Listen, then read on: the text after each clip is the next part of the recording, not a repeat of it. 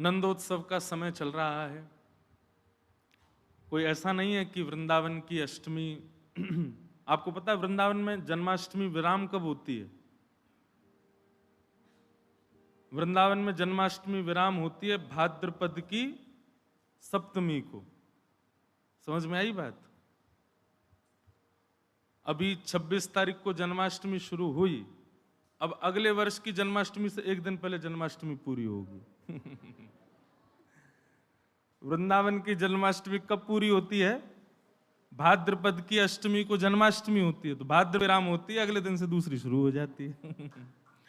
वृंदावन में जन्माष्टमी कभी विराम होती ही नहीं है। जो लोग ये सोचते हैं कि भैया बड़ा बवाल मचा इस बार, कब की जन्माष्टमी, कोई कहे 26 को, कोई कहे 27 को, कोई कहे कभी, कोई कहे कभी। हमसे किसी ने पूछा, महाराज जी आप सही से बताओ वृंदावन में जन्माष्टमी कब है? मैंने कहा आज है। तो बोले आप तो अलग ही पागल व्यक्ति हो। बोले ये कोई बात है, आज है। मैंने कहा भाई वो वृंदावन ही नहीं है जहां पर हर दिन जन्माष्टमी ना हो। वृंदावन तो वही जहां नित्य जन्माष्टमी। तो वृंदावन में ये जन्माष्टमी 2025 की 24 की प्रारंभ हो गई है। अब ये 2026 की जन्माष्टमी को पूर्ण होगी। संभवतः जो मुझे स्मृति है कि अगले वर्ष शायद, कब की है भाई पंडित जी बताओ, 16 या 17 अगस्त की है? हाँ 16 अगस्त की है ना। तो 15 अगस्त को हमारे वृंदावन की जन्माष्टमी पूरी होगी और 16 अगस्त से प्रारंभ होगी। भैया ऐसा ही वृंदावन धाम। हमारी तो अब ऐसी स्थिति हो गई है ठाकुर जी की कृपा से कि अब घर रुकने के लिए भी, वृंदावन रुकने के लिए भी हमको वृंदावन में कथा करनी पड़ती है तो ही रुक पाते हैं, नहीं तो बाहर ही बाहर डोलते रहते हैं। अब इस कथा के लिए ही हम घर आए हैं, नहीं तो ब्रजधाम आना ही नहीं हो पाता। कई बार तो ऐसा होता है कि अपने ही नगर में क्या चल रहा है हमको यहाँ जब आते हैं तब पता चलता, अच्छा यहाँ ये भी खुल गया है, अब ये भी नियम चालू हो गए हैं, अब ऐसा भी कोई दुकान खुल गई है, अच्छा अब मंदिर में बैरिकेटिंग लग गई है, अब इतने ओहो पास सिस्टम भी हो गया है। ये सब वृंदावन जब आते तब पता चलता है, हमको ही नहीं पता हो तो क्या हो रहा है यहाँ पर। लेकिन ठाकुर जी ने जिसके लिए चुना है, आप सब लोगों के आशीर्वाद से, संत जनों के आशीर्वाद से प्रयास कर रहे हैं कि भले ही वृंदावन स्वयं तन से नहीं रह पाते, पर वृंदावन को तन तन में प्रवेश करने का प्रयास कर रहे हैं कि सबके मन में तन में वृंदावन प्रवेश करे। तो ऐसी भावना चित्त में रहती है। जन्माष्टमी का पावन अवसर, वृंदावन में ये 5 दिवसीय कृष्ण लीलामृत कथा है। मन में अभी भी मेरे को ये स्पष्ट नहीं है कि मैं किस विषय पर बोलूं। हमने अब जब कोई विषय नहीं समझा तो यही बोल दी कृष्ण लीलामृत कहेंगे। अब कृष्ण लीलामृत में तो बहुत बड़ी कृष्ण लीला है, बाल लीला कहें, पौगंड लीला कहें, कि युवा श्री कृष्ण की लीला कहें, विवाहित श्री कृष्ण की लीला कहें, महाभारत के श्री कृष्ण की लीला कहें, कहाँ की कहें, एक पे कहो तो उसी पे लंबे हैं। खूब विस्तृत चरित्र है ठाकुर जी का। मन में भाव आया कि आज तो हम 10वें स्कंद प्रारंभ कर देते हैं, जहां पर भगवान श्री कृष्ण के प्रादुर्भाव की कथा भागवत में। अच्छा, जो लोग पंखा पंखा झल रहे हैं सबको हम सॉरी बोल दें, कल से आप लोगों की सेवा में 2 बजे से एसी चलवा देंगे, तो ठंडा रहेगा, आप लोगों को ज्यादा गर्मी नहीं लगेगी। हैं क्यों जी? हैं गर्मी लग रही बहुत।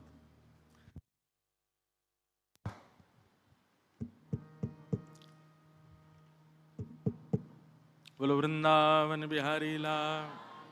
देखो, श्रोताओं को भी वक्ता की तरह होना चाहिए। हम अपना इसी संग लेके चलते हैं, आप भी अपना लाओ। संग लेकर के चलो। हम कहीं कथा करने जाते अपना संग लेके चलते, भैया कहीं व्यवस्था नहीं मिले तो हम कम से कम कथा सुनाने के बीच ये रहे तो चले आए काम। लेकिन आज के लिए थोड़ी सी असुविधा है, चल तो गए हैं, पर ठंडा करने में समय लगे। कल से ये 1 बजे से ही चल जाएंगे, तो आप आओगे तो बिल्कुल महाराज ऐसा लगे बद्रीनाथ में ही आ गए हो हैं। तो व्यवस्थित, वाह। खूब आनंद से हम लोग चर्चा करेंगे 5 दिन तक। कोई ऐसा नियम, कोई ऐसा क्रम, कोई ऐसी बाध्यता नहीं है कि यहां तक कथा पहुंचानी है, ये क्रम कहना है, इसको पूरा करना है, ये उत्सव। हाँ, अगर हमारा मन हुआ तो शायद कल हम कृष्ण जन्मोत्सव करें कथा में। तो कल ठाकुर जी का प्रादुर्भाव उत्सव कर देंगे। उसके बाद में फिर ब्रज की प्रधानता लीलाओं की रखेंगे। अधिकतर लोगों के मन में एक प्रश्न संशय रहता है भगवान की कलाओं के बारे में जानने की। ठाकुर जी में कितनी कला है, उन कलाओं का मतलब क्या है। अनेक अनेक भाव विचारधाराएं हैं, उनके विस्तार में हम कल से जाएंगे कि ठाकुर जी की कितनी कलाएं हैं, उन कलाओं का भाव क्या है, उन कलाओं में क्या करना है। वैसे हमने एक श्रेष्ठ जन के मुख से सुना, अभी कुछ हुआ भैया, ये ठीक करो। ठाकुर जी की कला में से कम 5 कलाएं तो मानव के अंदर आनी ही चाहिए। तो कल से, आज तो प्रथम दिन है, भूमिका हम लोग सुनेंगे, थोड़ी बहुत चर्चा करेंगे। कल से आप सब लोग एक कॉपी पेन लेकर के बैठना कथा में, और ठाकुर जी की कलाओं के ऊपर चर्चा होगी। उन्हीं कलाओं के विस्तारीकरण में फिर लीला सुनेंगे। तो ठाकुर जी की बाल लीलाओं में भी चोरी लीला, माखन चोरी लीलाओं में भी बड़ी बड़ी लीला। एक दूध चोरी लीला अलग है, माखन चोरी लीला अलग है, दही चोरी लीला अलग है, घी चोरी लीला अलग है, फूटकार लीला अलग है, अनेक अनेक लीलाएं हैं। तो अष्ट सखाओं के माध्यम से, उनके पदावलियों से उसका भाव भी सुनेंगे।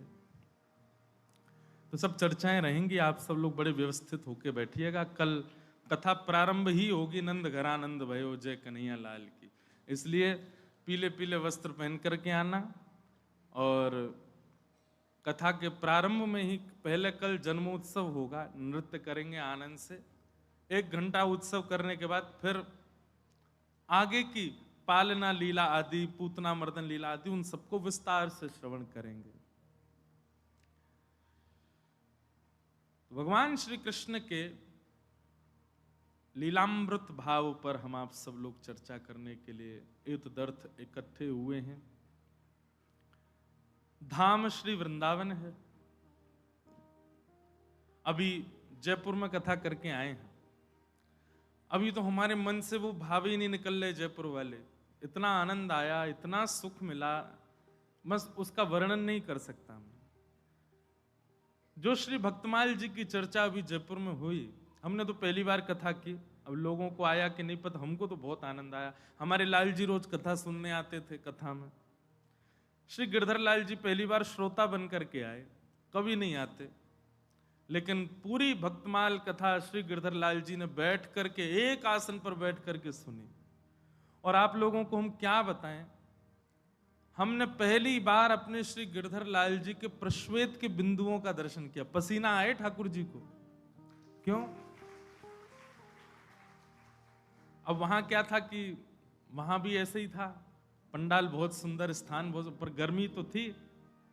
एसी बस व्यास जी को लगा हुआ था, वो भी हम लेके चलते हैं संग अपना।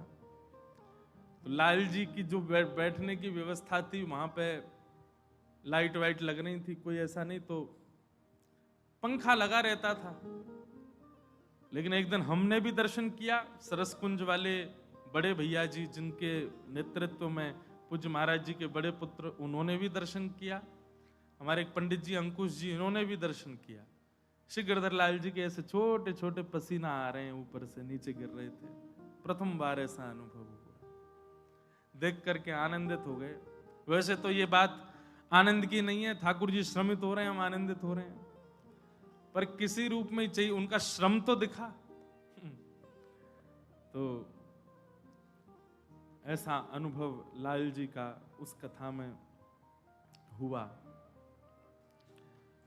रसिक त्रिवेणी पर चर्चा हुई। स्वामी श्री हरिदास जी महाराज, हित हरिवंश महाप्रभु और श्री हरिराम व्यास। इन तीन भावों को लेकर के प्रथम बार भक्तमाल जी की चर्चा वहां हुई। अगले वर्ष फिर है वहां पर, जन्माष्टमी के बाद में प्रारंभ। इस बार जन्माष्टमी से पहले पूरी हुई, अगली बार जन्माष्टमी के बाद है। अगले बार वहां पर हमने जो प्रसंग रखे हैं भक्तमाल जी के, उसमें श्रीमद् वल्लभाचार्य जी महाराज, श्री चैतन्य महाप्रभु और श्री रामानुजाचार्य जी महाराज, तीन आचार्यों पर चर्चा वहां होगी। और फिर उसके अगले वर्ष मतलब 2026 में तो 1 महीना की मास भक्तमाल, 1 महीना की भक्तमाल करेंगे जयपुर में। अब उसमें 30 दिन की कथा रहेगी। क्योंकि आप कहेंगे जयपुर ही क्यों? क्योंकि भक्तमाल जी की रचना जयपुर में ही हुई है। जयपुर में ही गलता जी स्थान है जहां पर श्री नाभा गोस्वामी जी ने अग्रदास जी महाराज की आज्ञा से भक्तमाल जी की रचना की। हमारा तो मन हो रहा है भक्तमाल ही सुना दें, पर ठीक है, जो पहले से ही निश्चित है उसी को कहेंगे। पर उसमें एक इतनी सुंदर चर्चा आती है भक्तमाल जी में कि नाभा गोस्वामी जी जब भक्तमाल जी रचना करने के लिए बैठे, तो हमने कथा पूरी सुनाई, पहले दिन की कथा सुनना, उसमें पूरी भूमिका है कि नाभा जी कौन है। ये पूर्व जन्म में यही श्री ब्रह्मा जी थे। ब्रह्मा जी ने अपराध किया, भगवान के ग्वाल बालों का हरण किया। तब भगवान ने कहा कि तुमने वैष्णव अपराध किया है, अब वैष्णवों की गाथा जब तक नहीं गाओगे तब तक तुम्हारा अपराध नहीं छूटेगा। मैं ये कथा में भी कहता हूं कि आपकी भक्ति में यदि फ्लक्चुएशन आ रहा है, कभी बढ़ रही है, कभी घट रही है, कभी तीव्र हो रही है, कभी सूक्ष्म हो रही है, तो इसका मतलब निश्चित आपसे कोई वैष्णव अपराध बन गया है। अरे श्री हरिराम व्यास जी के चरित्र में आया कि आप श्री यमुना जी स्नान करते करते आपके मन में यह भाव आया, कबीर दास भक्त तो हैं पर हम वृंदावन वासियों जैसे भक्त नहीं हैं। केवल इतनी बात उनके मन में आ गई और श्री हरिराम व्यास जी के चित्त से ठाकुर जी की लीला अंतर ध्यान हो गई। सोचो, हरिराम व्यास जी ने एक सूक्ष्म अपराध किया, ठाकुर जी अंतर ध्यान होगा। हम तो बहुत बड़े बड़े अपराध करे बैठे हैं, हमसे तो डेली अपराध होता है, नित्य अपराध करते हैं हम।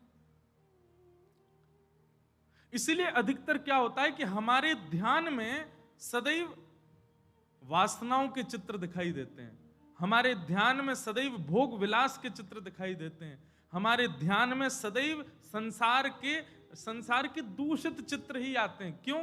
क्योंकि हमारे अंदर वैष्णव अपराध बहुत कूट कूट के भरा। हमने बहुत वैष्णवों के अपराध किए हैं। तो ऐसा ही वैष्णव अपराध किससे बना? ब्रह्मा जी से। तब ब्रह्मा जी को भगवान ने आज्ञा की कि अब तुम वैष्णवों की गाथा लिखो, तब तुम्हारा अपराध दूर होगा। तो वही नाभा जी के रूप में प्रकट हुए ब्रह्मा जी, और उन्होंने भक्त चरित्र लिखे। अब भक्तमाल जी में किन किन भक्तों के चरित्र हैं तो वर्णन करते हैं। हरिप्रिय, कौन से भक्त? हरिप्रिय। 2 भक्त होते हैं, एक वो जिनको हरि प्रिय लगते हैं, एक वो जो हरि को प्रिय लगते हैं। मुझसे लेकर के पीछे खड़े हुए भैया तक जितने भी लोग हैं ना यहाँ पे, हम सबको हरि प्रिय लगते हैं। हम में से कोई हरि का प्रिय नहीं होगा। हमको ठाकुर जी अच्छे लगते हैं, ठाकुर जी को हम अच्छे लगते होंगे ये बात की गारंटी नहीं है। भक्तमाल जी में उन्हीं भक्तों के चरित्र आए जो ठाकुर जी को प्रिय हैं, हरि प्रिय हैं। तो जब भक्तमाल जी की रचना हुई तो मैं जिस बात को कहना चाह रहा हूं वो ये है कि जब स्वामी श्री हरदास जी, हितरिवंश महाप्रभु और हरिराम व्यास, ये हरित्रयी हैं वृंदावन के, जब आप तीनों का चिंतन किया नाभा जी ने, तो ये इन तीनों का ध्यान नहीं आया उनके मन में, इन तीनों की गाथा आई नहीं उनके मन में। तानपुरा ने कम करो तीनों की गाथा नहीं आई। तो श्री नाभा जी ने अपने गुरुदेव अग्रदास जी से पूछा कि गुरुवर, ये बात तो निश्चित है कि मेरे चित्त में जिनका ध्यान नहीं आ रहा है वो हरि प्रिय नहीं है, हरि के प्रिय नहीं है, पर स्वामी श्री हरिदास जी, हितरवंश महाप्रभु और हरिराम व्यास, इनके प्रति ये बात नहीं आ रही कि हरिप्रिय नहीं होंगे, तो निश्चित हरिप्रिय हैं। फिर इनका चिंतन मुझे क्यों नहीं हो रहा है? स्वामी जी हरिदास जी बहुत प्रिय हैं ठाकुर जी को, हितरवंश महाप्रभु अति प्रिय हैं, इनका चिंतन मेरे चित्त में क्यों नहीं आ रहा है? तब अग्रदास जी महाराज कहते हैं कि भाई ये हरिप्रिय नहीं है, ये तो श्री जी प्रिय हैं, श्री राधा प्रिय हैं, ये तो किशोरी जी के प्रिय हैं। और तुमने भक्तमाल जी लिखने से पहले भगवान के 10 अवतारों को याद किया, तो 10 अवतारों के जो प्रिय हैं वो सारे भक्त तुम्हारे चित्त में आ रहे हैं। अगर इन तीनों को बुलाना चाहते हो तो किशोरी जी को बुलाओ। जब किशोरी जी की प्रार्थना करोगे तब स्वामी जी महाराज, तब हितरवंश महाप्रभु, तब हरिराम व्यास आएंगे। ये बात जब मैं बोल रहा था कथा में, ऐसे रोंगटे खड़े हो रहे थे, इतना आनंद चित्त में आ रहा था।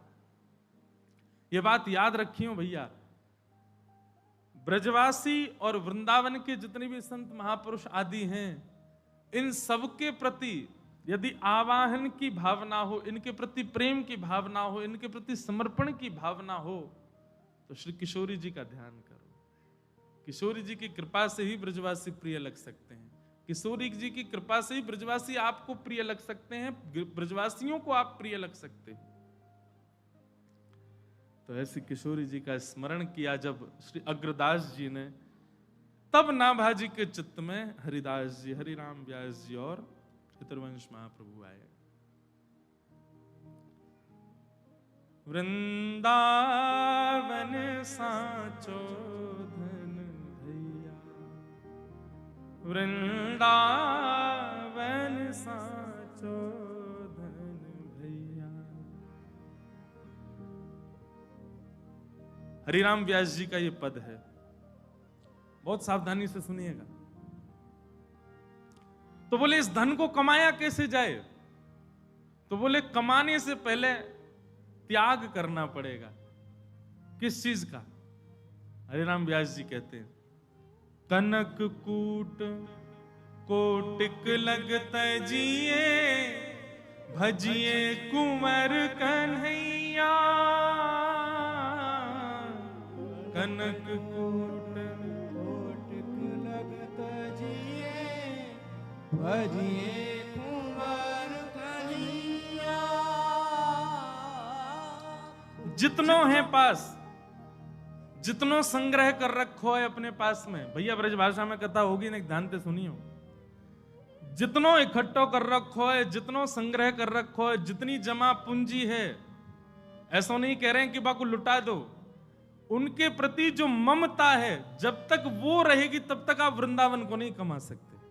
समझ में आई बात? वृंदावन को समझना बहुत ऊंची बात है भैया, सिर तो भले ही हिला दोगे, समझ में आ जाए, बहुत बड़ी बात है। आपके पास जो कुछ भी है, गाड़ी है, घोड़ा है, घर है, पत्नी है, पति है, बच्चे हैं, धन है, संपदा है, सबको रखो, पर सबके प्रति जब तक ममत्व नष्ट नहीं होगा तब तक वृंदावन नहीं कमा सकते आप। वृंदावन में आए हैं, वृंदावन को भज रहे हैं, वृंदावन को सुन रहे हैं, और उसके बाद भी अन्य भावों की चिंता लगी हुई है, वृंदावन नहीं कमा पाओगे। हरिराम व्यास जी कहते हैं, कनक कूट कोटिक लगत जिए, भजिए कुंवर कन्हैया। अरे मेरु पर्वत के समान स्वर्ण भी मिल जाए, उसका भी त्याग करो, तब वृंदावन आएगा चित्त में। वृंदावन बिना त्याग के नहीं आ सकता। बिना किसी को छोड़े, बिना किसी का त्याग किए, बिना ममत्व के नष्ट किए वृंदावन नहीं आ सकता चित्त में। आप सोचो कि एक पाम बंबई में भी रहो आए, दूसरों वृंदावन में धल लें, गिर जाओ। सदा एक के ही रहो, या तो दुनिया के ही रहो या वृंदावन के ही रहो। कनक कूट कोटिक लगत जिए, भजिए कुंवर कन्हैया। जहां श्री राधा चरण रेणु की, कमला लेत भलैया। आतुर वन में व्यास पुकारे, आतुर वन में व्यास पुकारे, है कोई रसिक सुनैया, है कोई रसिक सुनैया। वृंदावन साचो धन भैया, वृंदावन साचो धन भैया। तो कृष्ण लीला रसामृत के साथ साथ वृंदावन रसामृत भी चलेगा। 5 दिन तक वृंदावन महिमा भी चलती रहेगी, ब्रजरज की महिमा भी चलेगी, यमुना जी की महिमा भी, और जो जो आ पाएंगे सबन को बुलावेंगे। तो सब भावों से युक्त एक कथा रहेगी। आइए आज दसम स्कंद का प्रारंभ करते हैं, जहां पर संपूर्ण भगवान की लीलाओं का वर्णन किया गया है। उसकी भूमिका सुन करके फिर कृष्ण जन्मोत्सव कल मनाएंगे कथा। बोलो वृंदावन बिहारी लाल की जय।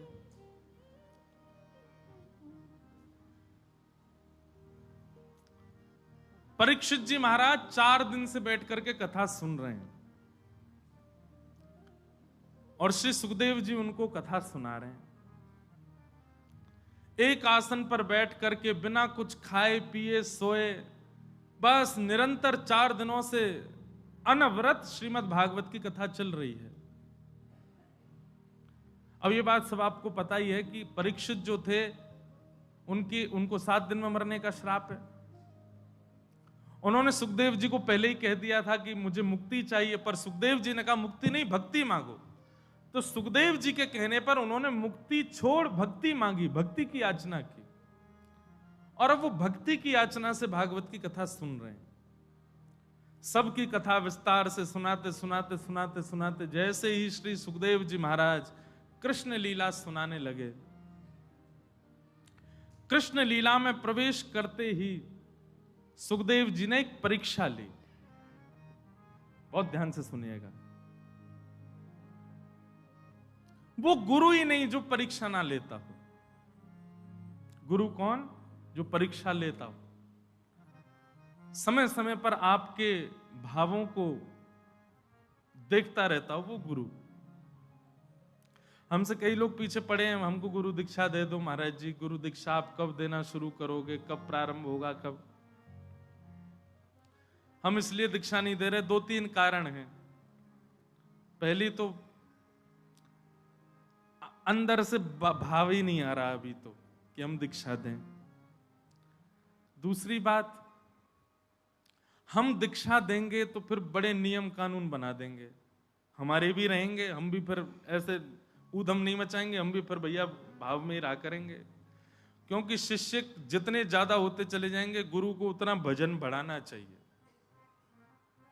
अभी हमारे अंदर बाल बुद्धि है, हम ऊधम करते हैं, खेल कूद करते हैं, इधर उधर कथा करने जाते हैं, और गुरु बन जाएंगे तो फिर हमको भी नियम से रहना पड़ेगा। भाई इतने शिष्य हो गए, जितने शिष्य बढ़ेंगे उतनी माला बढ़ानी पड़ेंगी। और हमको पता है जिस दिन घोषणा होगी कि हम दीक्षा दे रहे हैं, उसी दिन इतनी माला बढ़ जानी है हमारी, अध्ययन आदि नहीं कर पाएंगे। तो ये एक कारण। दूसरी बात, तीसरी बात, हम गुरु बनेंगे तो फिर भैया स्ट्रिक्ट वाले बनेंगे। हर गुरु पूर्णिमा पे फिर हमको चेकिंग चाहिए, कितनी माला जपते हो, कितना नाम जपते हो, तिलक सुर। अभी तुम श्री लगाते हैं, फिर उसके बाद पूरा तिलक लगाएंगे, 12 तिलक लगा के बैठना पड़ेगा, बड़े नियम कानून रहेंगे। अभी हमारा अध्ययन में ज्यादा मन लगता है, इसलिए हम गुरु दीक्षा नहीं देते। और फिर शिष्य भी जो जो आएंगे, सबकी लाइन लगा कॉपी दिखाओ, कितना होमवर्क किया साल भर में, कितना नाम जप रोज करते हो, कितनी गुरुमाला रोज करते हो, नियम का पालन करते हो कि नहीं करते हो। सौगंध दे दे करके दीक्षा देंगे। आधे ने तो आज ही गुरु बदल दिए होंगे, इनसे नहीं लेनी है। सौगंध दे दे करके दीक्षा देंगे। सौगंध है तुमको, पत्नी को पति की दे देंगे, पति को पत्नी की दे देंगे। अगर तुमने ये काम किए तो सौगंध है एक दूसरे की, ये करनी ही नहीं है। अब इतनी कमर कस के बैठे हो तो आना, फिर देंगे दीक्षा। तो पूरा नियम कानून रहेगा। लाल जी से आज्ञा लेनी थी, जन्माष्टमी में पर्ची डालनी थी, पर भूल ही गए, इतने थक गए कि 3 जगह तो जन्माष्टमी करे आए तो पर्ची नहीं डाल पाए। लेकिन करेंगे जल्दी, जब भी होगा तो फिर 3 दिन का एक सत्र होगा, ऐसा मन में भाव है। 3 दिन का यहीं पर एक सत्र होगा, उस सत्र में पूरी रामानुज गुरु परंपरा बताई जाएगी। पहले परंपरा क्या है, तिलक क्या है, नाम क्या है, नाम की विधि क्या है, सब समझाने के बाद चौथे दिन फिर गुरु दीक्षा का कार्यक्रम होगा, कभी होगा तो गुरु कौन? जो परीक्षा लेता हो। सुखदेव जी ने परीक्षा ली। कैसी परीक्षा ली? परीक्षित 4 दिन से निष्ठावंत होकर के कथा सुन रहे हैं, और श्री सुखदेव जी महाराज ने 4 दिन के पश्चात जैसे ही कृष्ण लीला प्रारंभ की, परीक्षित अत्यंत प्रसन्न मुद्रा में, और महाराज उत्साहित हो गए कि बस अब मेरे पूर्वजों के रक्षक श्री कृष्ण की कथा सुनाई जाएगी। जैसे ही कृष्ण लीला प्रारंभ की, 2 श्लोकों में संपूर्ण कृष्ण कथा सुना दी। संपूर्ण कृष्ण कथा 2 श्लोकों में सुना दी। बोले भैया, भगवान श्री कृष्ण का मथुरा में जन्म हुआ, देवकी और वसुदेव के यहां ठाकुर जी लाला बन करके आए। जन्म लेते ही भगवान गोकुल चले गए, गोकुल जाकर के ब्रजवासियों को और ब्रज गोपिकाओं को सुख प्रदान किया। ब्रज में लीला करके भगवान फिर वृंदावन गए, वृंदावन में रास विहार किया। रास विहार के उपरांत ठाकुर जी वृंदावन छोड़ के मथुरा आ गए, मथुरा के कंसवध किया। कंसवध के बाद भगवान गुरुकुल पढ़ने गए, गुरुकुल से वापस आकर के भगवान रण छोड़ करके द्वारिका चले गए। 16,108 ब्याह हुए, महाभारत का युद्ध हुआ, गीता का ज्ञान उपदेश किया। लौट करके भगवान द्वारिका में कुछ लीला किए, लीला करके भगवान ने संपूर्ण यदुवंशियों को श्राप युक्त करवा करके अपनी लीला को विश्राम कर दिया। अब ये संपूर्ण कथा सुन करके परीक्षित अभी बैठे हैं, और श्री सुखदेव जी ने 2 श्लोकों में संपूर्ण कथा सुना करके अपनी वाणी को विराम दे दिया। सुखदेव जी महाराज चरणों में प्रणाम करते, परीक्षित जी महाराज चरणों में प्रणाम करके कहते हैं, भगवान आप मौन क्यों हो गए? सुखदेव जी कहते हैं, सुना दी कृष्ण कथा, यही तो है। मथुरा में जन्म हुआ, गोकुल में ये किया, आदि आदि ये सारी लीलाएं बता करके बस यही है कृष्ण कथा। और यहां से अब 10वां स्कंद प्रारंभ होता है। जिस कृष्ण लीला को सुनने के लिए आप सब बैठे हो, उससे पूर्व श्रोता की स्थिति कैसी होनी चाहिए, वो ध्यान पूर्वक सुनिएगा।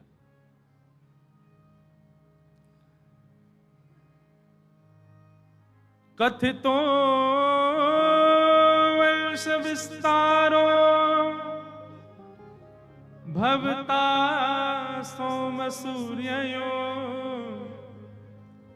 राज्ञां चो भयवंश्यानां चरितं परमाद्भुतम्। बहुत ध्यान पूर्वक सुनना।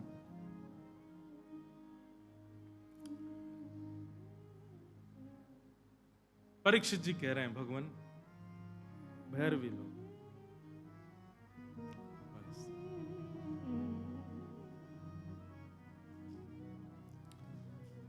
विस्तार से सुनाओ।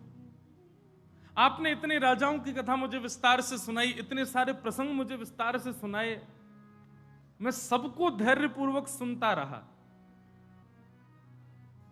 परंतु जिनकी कथा सुनने के लिए मैं पिछले 4 दिन से बैठा हूं, मैंने आसन भी नहीं बदला, मैं सोया भी नहीं, मैंने जलपान भी नहीं किया, मैंने भोजन भी नहीं किया, जिनकी कथा सुनने के लिए मैं बैठा हूं, आप उन्हीं की कथा मुझे इतने इतने इतने सूक्ष्म में क्यों सुना रहे हैं?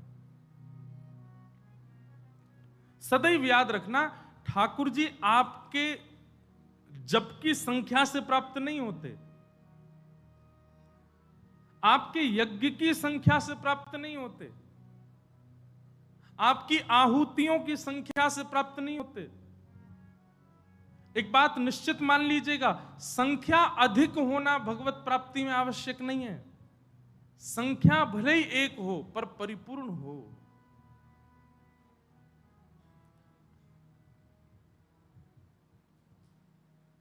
क्वांटिटी नहीं, क्वालिटी ठाकुर जी को वो प्रिय है।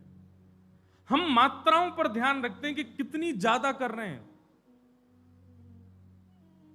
लोगों से मैं पूछता हूं, कई बार मिलते हैं, महाराज जी हम 16 माला रोज करते हैं, हम 24 माला रोज करते हैं, हम 108 माला रोज करते हैं, 2 लाख माला रोज करते हैं। कई ऐसे महापुरुष भी हैं। सबको प्रणाम, सबको वंदन। अच्छा है कि आप इतनी मालाएं करते हैं, पर यह संख्या अनिवार्य नहीं है। भले एक माला हो, लेकिन उस एक माला के करने पर आपकी मन, बुद्धि, चित्त, तन सबकी स्थिति अत्यंत उत्कंठा से भरी हुई होनी चाहिए। उत्कंठा मतलब अत्यंत आनंद, अत्यंत उत्कृष्ट उत्कंठा, अत्यंत एक्साइटमेंट के साथ में होनी चाहिए, भले एक माला हो। महीना में इतने सारे सोमवार, बृहस्पतिवार आदि आदि के व्रत नहीं, केवल एकादशी का करो, पर वो व्रत भी खूब उत्कंठा। देखो कुछ बातें सुनिएगा। सबसे पहला नाम जप, दूसरा व्रत, तीसरा कथा श्रवण, और चौथा धाम गमन, किसी भी धाम में जाना। इन 4 क्रियाओं में अगर उत्कंठा नहीं है, एक्साइटमेंट नहीं है, आनंद नहीं है, तो इन 4 को मत कीजिए। व्रत इसलिए नहीं करना है एकादशी का कि भैया हम वैष्णव हैं, हमको करना ही पड़ेगा। वृंदावन में रह रहे हैं, सबकी देखा देखी करनी पड़ेगी, नहीं करेंगे तो अपराध लगेगा। अपराध के भय से व्रत नहीं करना है। आप जैसे अपराध के भय से व्रत करते हो, व्रत टूट जाता है। अपराध के भय से नहीं, अपराध के भय से नाम जप नहीं, केवल माता पिता की इच्छा इसलिए धाम गमन नहीं। इन सब में एक अद्भुत आनंद होना चाहिए, उत्कंठा होनी चाहिए, तभी कीजिए। आपको गौरव होना चाहिए एकादशी व्रत रखने का। अरे प्रतीक्षा होनी चाहिए। एक एकादशी गई, अब अगली एकादशी की प्रतीक्षा है, कब 15 दिन पूर्ण हो, कब एकादशी आवे। गौरव के साथ में, आनंद के साथ में, उत्साह के साथ में एकादशी व्रत करो। उसको नियम मत मानिए। इसीलिए इतनी एकादशी व्रत करते हैं, इतना सब लोग नियम जाप आदि करते हैं, पर फिर भी उनके ऊपर इतना असर नहीं पड़ता। कितने एकादशी वालों को जानता हूं, एक एकादशी नहीं छोड़ते महाराज, और ऐसी करते हैं निर्जला जैसी, लेकिन उनके क्रोध पर कोई असर नहीं, उनके स्वभाव पर कोई असर नहीं, उनके व्यवहार पर कोई असर नहीं, उनकी विचारधारा पर कोई असर नहीं। क्यों? क्योंकि वो केवल एक नियम मान करके उसको करते हैं। आपको गौरव है, आपका आनंद है। तिलक लगाना ये कोई केवल एक फोर्सफुली काम नहीं होना चाहिए, जबरदस्ती वाला नहीं होना चाहिए। आपको गौरव होना चाहिए कि मैं तिलक लगाऊं नित्य, बिना तिलक के बाहर जा ही नहीं सकता मैं। तो धाम गमन, व्रत, नाम जप, और चौथा क्या बताया था हमने? एकादशी। चौथा क्या बताया था? क्या बताया था? धाम। हाँ, ये 4 ही हैं, इसीलिए कह रहे हैं लिख लिया करो कहीं पे। मैं तो बोल के फिर भूल जाऊंगा मैं, नहीं तो आप लोग लिख के रखो, आपके काम रहे। ये गौरव के साथ करने चाहिए। इनमें किसी भी प्रकार का नियमाभास या फिर केवल करना है इसलिए नहीं, उत्साह के साथ करो।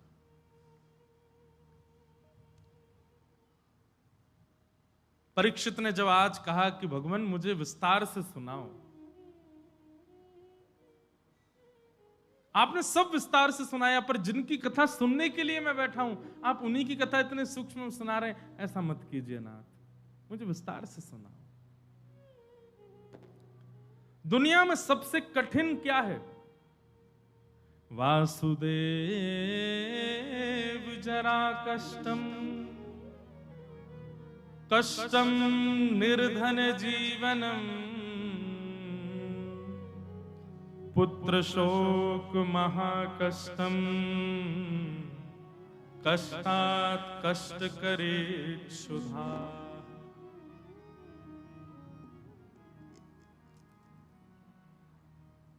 सबसे बड़ा कष्ट क्या है संसार का?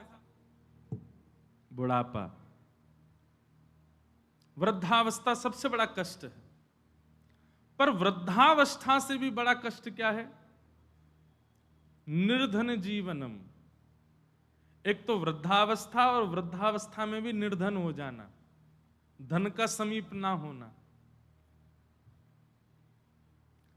वृद्धावस्था सबसे बड़ा कष्ट है, उससे भी बड़ा कष्ट वृद्धावस्था में निर्धन हो जाना, और उससे भी बड़ा कष्ट क्या है? पुत्र शोक महाकष्टम। एक तो वृद्धावस्था, ऊपर से निर्धनता, और तीसरा युवा पुत्र का नेत्रों के समीप, नेत्रों के सामने मृत्यु हो जाना, सबसे बड़ा कष्ट है। इसको महाकष्ट बताया गया। माता पिता बैठे हैं और माता पिता, वृद्ध माता पिता के सामने युवा बालक चला जाए, इससे बड़ा कष्ट नहीं है संसार में।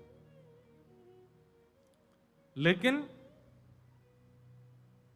पुत्र शोक महाकष्टम कष्टात् कष्ट करित क्षुधा। दुनिया में सबसे बड़ा कष्ट, पुत्र शोक से भी बड़ा कष्ट यदि कुछ है तो वो क्या है? भूख लगना और भोजन का ना मिलना, सबसे बड़ा कष्ट है। भोजन का ना मिलना, भूखा रहना, अति व्याकुल होकर के अन्न की उपासना कर रहे हैं फिर भी अन्न ना मिले, सबसे बड़ा कष्ट है। पर श्री सुखदेव जी महाराज कहते हैं कि राजन, कुछ खा लो, कुछ पी लो, और वहां पर भी परीक्षित जी महाराज कहते हैं, भगवान मुझे भूख नहीं लगती, मुझे प्यास नहीं लगती, मुझे केवल आपकी रस कथा श्रवण करनी है, मुझे केवल आपके भाव श्रवण करने हैं। अब ये कथा ही, ये भाव ही मेरी भूख पेट को, मेरे पेट को ऊर्जा प्रदान करेंगे, मुझे भूख प्रदान करेंगे, मेरी भूख को निवृत्त करेंगे।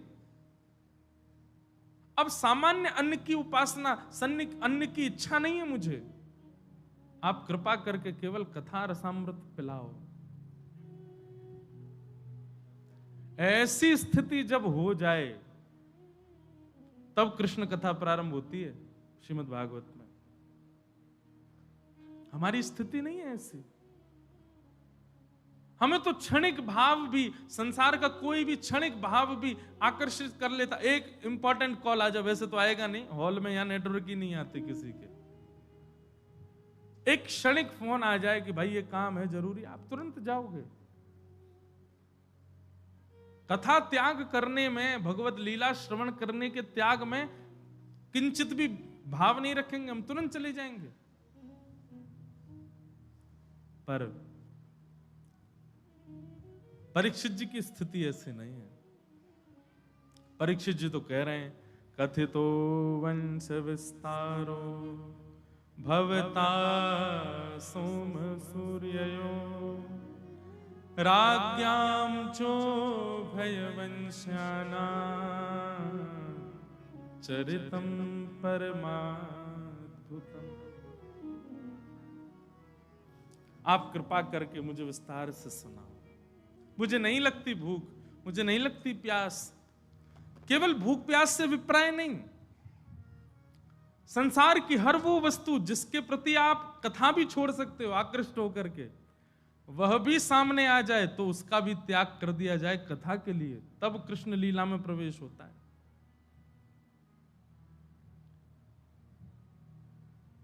एक प्रकार से कह दें तो जब तक गोपी भाव चित्त में नहीं आवे तब तक कृष्ण लीला में प्रवेश नहीं मिलेगा।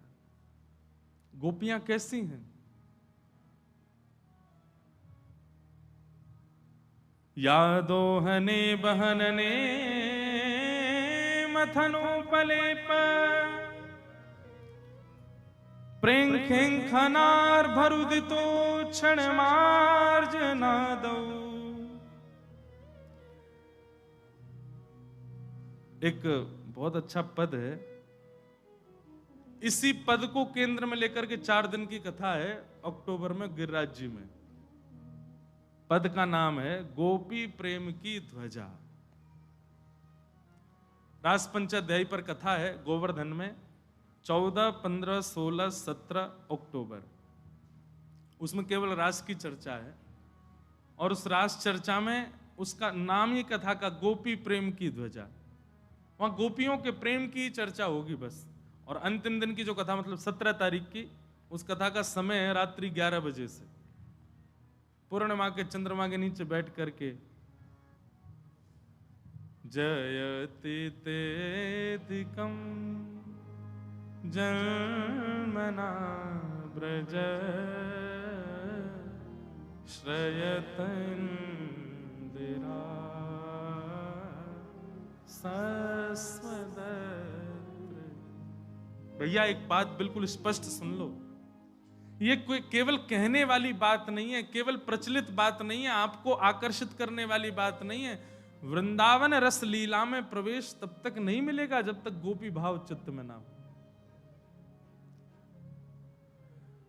भोजन का त्याग कर देना, जल का त्याग कर देना, ये परीक्षित को एक प्रकार से गोपी भाव में उन्मुक्त कर रहा। परीक्षित कह रहे हैं मुझे भूख नहीं लगती, कथा ही मेरा भोजन है।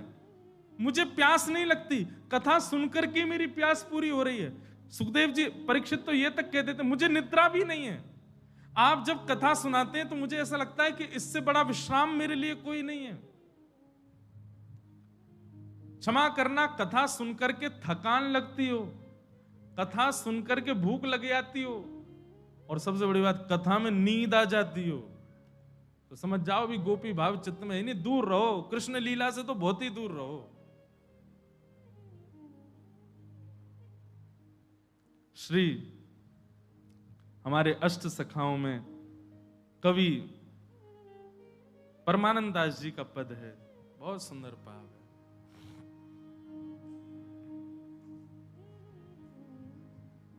गोपी प्रेम की ध्वजा, गोपी प्रेम की गोपी प्रेम की ध्वजा, गोपी प्रेम की। सब लोग गाओ। गोपी प्रेम की ध्वजा, गोपी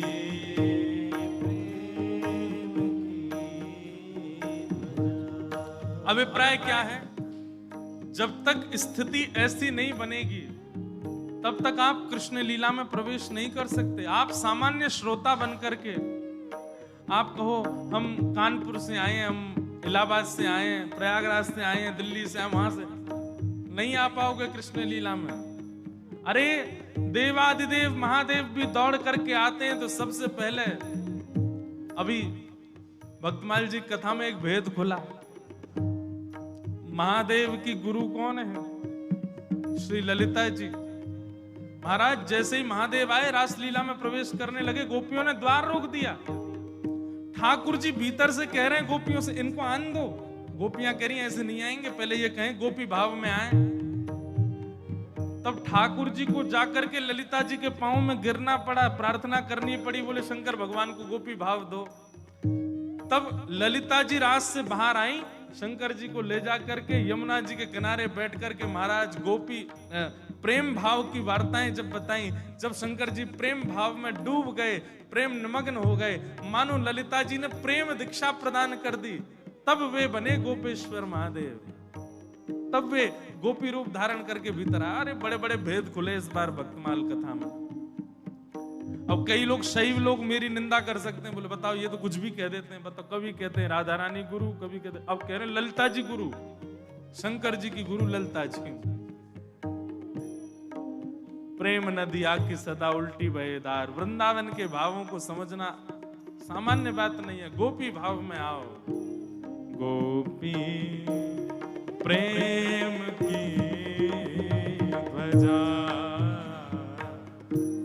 गोपी प्रेम की ध्वजा।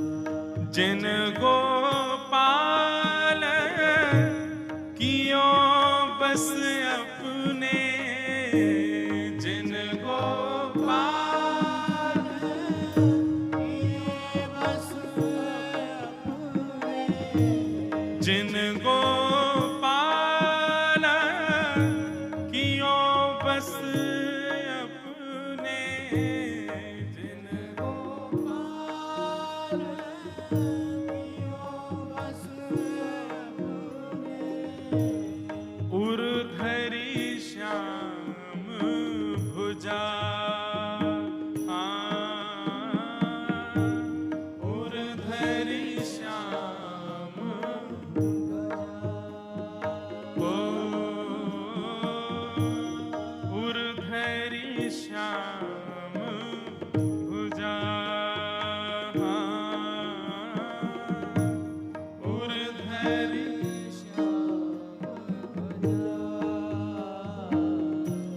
गोपी प्रेम की ध्वजा, गोपी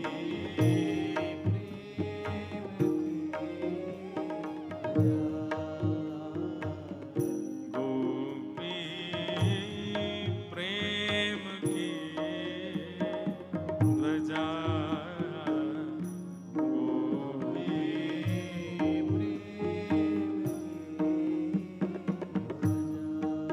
कैसी हैं गोपियां? सुख मुनि व्यास प्रशंसा कीनी, सुख मुनि व्यास प्रशंसा कीनी, सुख मुनि व्यास प्रशंसा कीनी, सुख मुनि व्यास प्रशंसा कीनी, ऊधी ऊधो संत सराये, ऊधो संत सराये, ऊधो संत सराये, ऊधो संत सराये, गोपी प्रेम की ध्वजा, गोपी प्रेम की ध्वजा। गोपी प्रेम की ध्वजा, गोपी प्रेम। बोलो वृंदावन बिहारी लाल की जय।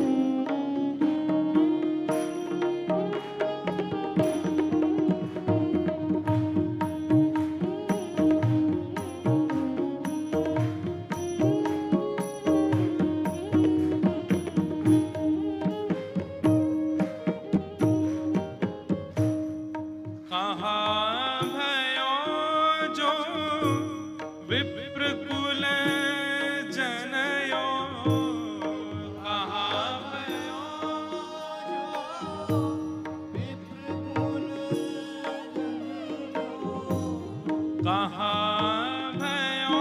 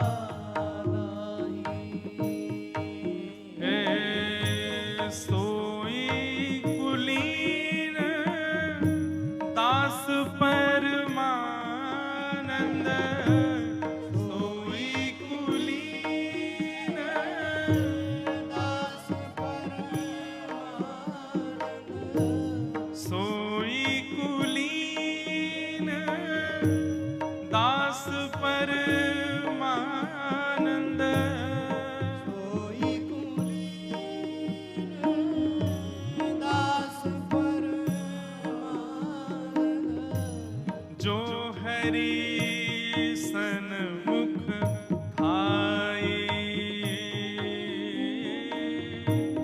जो हरि सन्मुख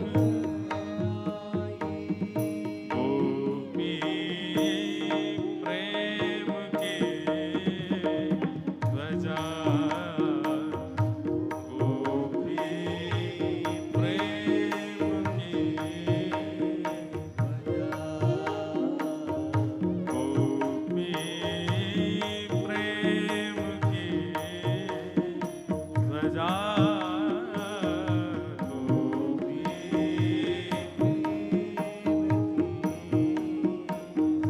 जिन गोपाल कियो बस अपने,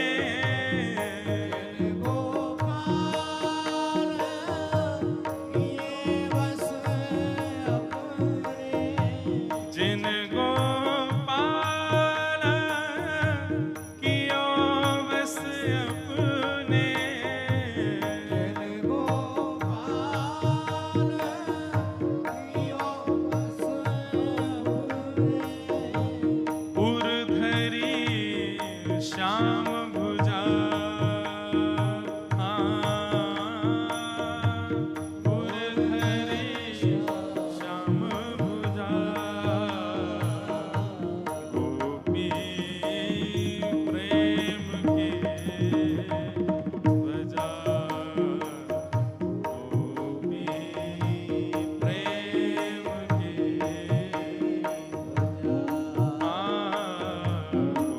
गोपी प्रेम की ध्वजा, गोपी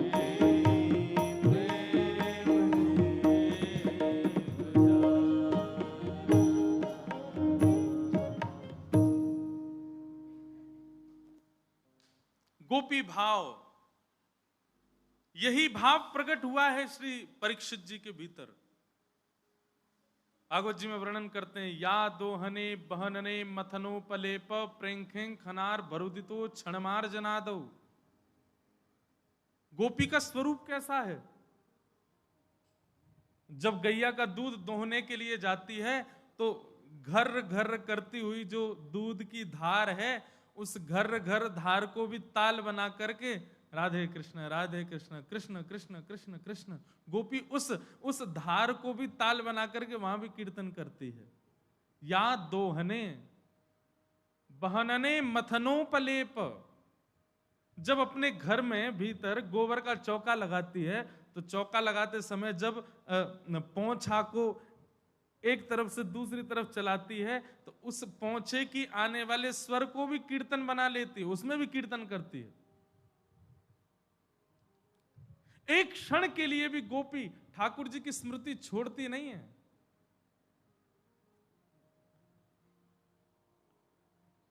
हमारी समस्त इंद्रियां कृष्ण पिपासु हो जाएं।